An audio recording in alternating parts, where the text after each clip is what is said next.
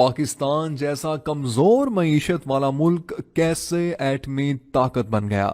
Doctor Abdul Qadeer Khan کس کی درخواست پر پاکستان آئے؟ آپ کی تنخواہ کتنی مقرر ہوئی اور پہلی تنخواہ کتنے عرصے بعد ملی؟ ایٹم بم کے خالق اور معروف پاکستانی سائنسدان ڈاکٹر عبدالقدیر خان ہندوستان کے شہر بھوپال میں ایک پشتون گھرانے میں پیدا ہوئے۔ آپ نے 15 برس تک یورپ کے اعلیٰ تعلیمی اداروں میں تعلیم حاصل کی۔ ہالینڈ سے ماسٹرز آف سائنس اور بیلجیم سے ڈاکٹریٹ آف انجینئرنگ کی اسناد حاصل کی۔ ڈاکٹر عبدالقدیر خان شادی سے پہلے تک جرمنی میں ہی مقیم تھے۔ آپ کی زوجہ کا تعلق ہالینڈ سے تھا، لہٰذا انہوں نے بھی ہالینڈ جانے کا فیصلہ کر لیا۔ ہالینڈ میں انہوں نے ڈیلف یونیورسٹی میں داخلہ لیا۔ یہاں یہ بات قابل ذکر ہے کہ ڈیلف یونیورسٹی میں ہالینڈ کے مقامی طلبہ کو بھی ڈگری حاصل کرنے کے لیے کئی سال تک تحقیق اور مشکل ترین مراحل سے گزرنا پڑتا ہے، مگر ڈاکٹر عبدالقدیر نے یہاں بھی اپنی بے مثال ذہانت کا لوہا منوایا اور 80% سے زیادہ نمبر حاصل کر کے ماسٹر آف انجینئرنگ کی ڈگری حاصل کی اور ریکارڈ قائم کر دیا۔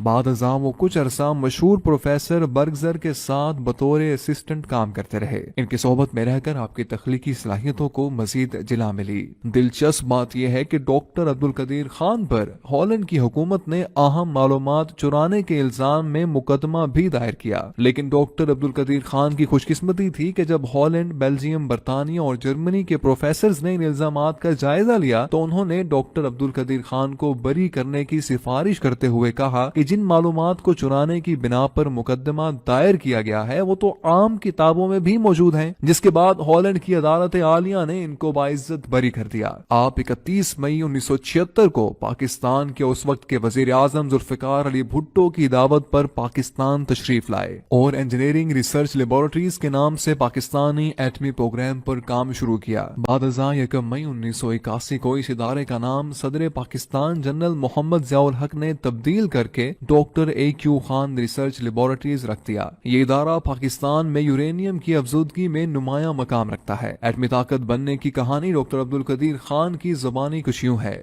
ڈاکٹر صاحب کہتے ہیں کہ جب میں دسمبر 1975 میں پاکستان آیا تو وزیر اعظم ذوالفقار علی بھٹو نے یہ درخواست کی کہ میں واپس نہ جاؤں اور پاکستان کے ایٹمی پروگرام پر کام کروں، لہٰذا وطن عزیز سے اپنے جذبہ محبت کی وجہ سے میں سب کچھ چھوڑ کر بیرون ملک سے پاکستان آیا۔ بہت ہی قلیل تنخواہ پر کام کیا اور ان گنت مشکلات اور سازشوں کا سامنا کیا، لیکن ہمت نہیں ہاری۔ عزم مصمم کے ساتھ پاکستان کو ایٹمی قوت بنانے اور اس کے دفاع کو ناقابل تسخیر بنانے کے لیے پرعزم رہا اور اپنی ٹیم کے ساتھ نہایت کم عرصے میں پاکستان کو ایٹمی قوت بنا دیا۔ میں نے اربوں ڈالرز کی ٹیکنالوجی پاکستان کو مفت فراہم کی۔ مجھے ایٹامک انرجی کمیشن میں مشیر لگا دیا گیا اور میری تنخواہ 3000 روپے مقرر کی گئی، جو مجھے 6 ماہ بعد ملی۔ مختلف طرح کی رکاوٹوں کی اطلاع وزیر اعظم ذوالفقار علی بھٹو کو ہوئی تو بھٹو صاحب جو اس وقت لاہور میں تھے انہوں نے مجھے فوراً بلا لیا۔ میں نے حقائق سے آگاہ کیا تو کہنے لگے مجھے 2 دن دے دیں، میں حالات ٹھیک کر دوں گا۔ 2 دن بعد مجھے جنرل امتیاز کا فون آیا کہ شام 5 بجے آغا شاہی کے دفتر میں میٹنگ ہے۔ میں پہلی مرتبہ آغا شاہی غلام اسحاق خان اور AGN قاضی سے ملا۔ دوسرے دن پھر بلایا اور یہ کہا کہ میرے مشوروں کو قبول کر لیا گیا ہے، کل سے یہ پروگرام علیحدہ ہوگا اور میں اس کا سربراہ ہوں گا۔ پھر ٹھیک 2 دن بعد بھٹو صاحب نے میٹنگ بلا لی اور خوش آمدید کہنے کے بعد مجھ سے کہا کہ بتاؤ کیا چاہیے۔ میں نے کہا کہ فوج کی کور آف انجینئرز کی ایک ٹیم چاہیے۔ جنرل ضیاء الحق جو اس وقت آرمی چیف تھے اور میٹنگ میں شریک تھے، انہوں نے کہا کہ وہ کام کر دیں گے۔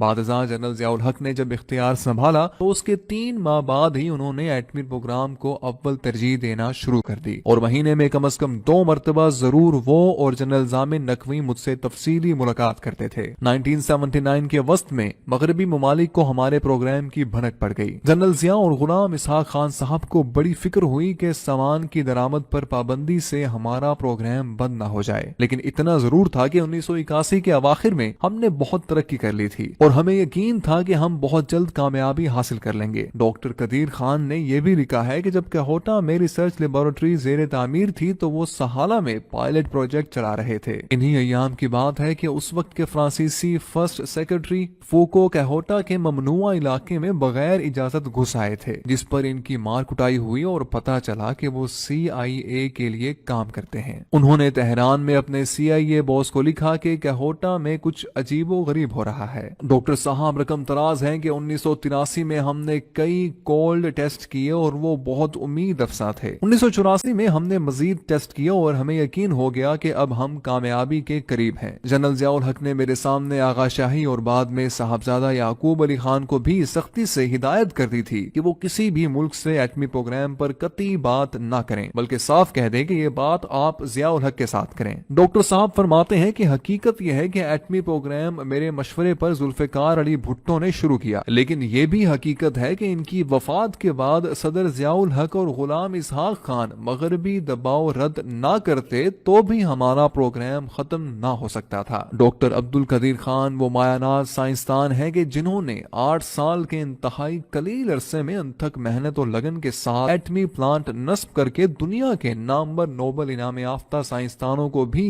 ورطۂ حیرت میں ڈال دیا۔ 28 مئی 1998 کو آپ نے بھارتی ایٹمی تجربوں کے مقابلے میں حکومت وقت سے تجرباتی ایٹمی دھماکے کرنے کی درخواست کی۔ بالآخر وزیر اعظم میاں محمد نواز شریف نے چاغی کے مقام پر 6 کامیاب تجرباتی ایٹمی دھماکے کیے۔ اس موقع پر ڈاکٹر عبد القدیر خان نے پورے عالم کو پیغام دیا کہ ہم نے پاکستان کا دفاع ناقابل تسخیر بنا دیا ہے۔ یوں آپ پوری دنیا میں مقبول عام ہوئے۔ سعودی مفتی اعظم نے عبد القدیر خان کو اسلامی دنیا کا ہیرو قرار دیا اور اس وقت سعودی حکمرانوں نے پاکستان کے لیے خام حالت میں تیل مفت فراہم کرنے کا فرمان جاری کیا۔ مغربی دنیا نے پروپیگنڈے کے طور پر پاکستانی ایٹم بم کو اسلامی بم کا نام دیا، جسے ڈاکٹر عبد القدیر خان نے بخوشی قبول کیا۔ پرویز مشرف دور میں پاکستان پر لگنے والے ایٹمی مواد دوسرے ممالک کو فراہم کرنے کے الزام کو ڈاکٹر عبد القدیر نے ملک کی خاطر سینے سے لگایا اور نظر بند رہے۔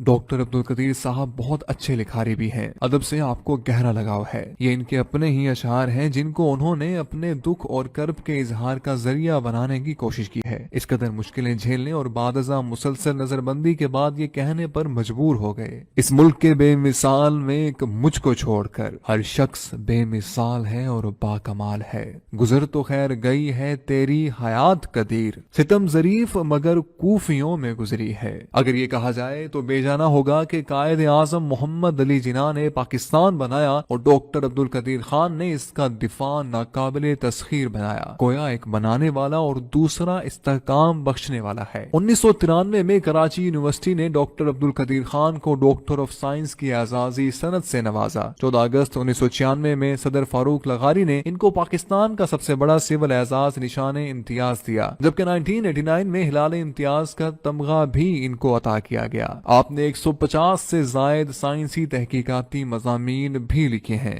ڈاکٹر عبد القدیر خان ایٹمی سائنسدان ہونے کے ساتھ ساتھ انتہائی رحم دل اور انسانیت کا دم بھرنے والے انسان ہیں۔ وہ انسانیت کی خدمت کے لیے بھرپور کردار ادا کرنے کا جذبہ رکھتے ہیں۔ ڈاکٹر عبد القدیر خان نے اسی جذبے کے تحت پاکستان کے دوسرے بڑے شہر لاہور میں ڈاکٹر AQ خان ہسپتال کے نام سے بنیاد رکھی ہے۔ ان کا یہ جذبہ انتہائی قابل تحسین ہے کہ وہ تمام تر مشکلات کے باوجود پاکستانی قوم کے لیے اپنی تمام تر صلاحیتیں صرف کرنا چاہتے ہیں۔ ڈاکٹر عبد القدیر خان کی زیر قیادت زندہ دلوں کے شہر لاہور میں مینار پاکستان کے سائے تلے اور بادشاہی مسجد کے پہلو میں 7 منزلہ عمارت پر مشتمل ڈاکٹر AQ خان ہسپتال تعمیر کیا جا رہا ہے۔ اس ہسپتال کا کل رقبہ 16 کنال پر محیط ہے۔ ہسپتال کی تعمیر کا تخمینہ تقریباً 100 کروڑ روپے ہے۔ 300 بستروں پر مشتمل یہ ہسپتال غریب اور مستحق مریضوں کو کسی تفریق و امتیاز کے بغیر ہر طرح کے امراض کے علاج کے لیے بین الاقوامی معیار کی سہولیات ایک ہی چھت تلے فراہم کرے گا۔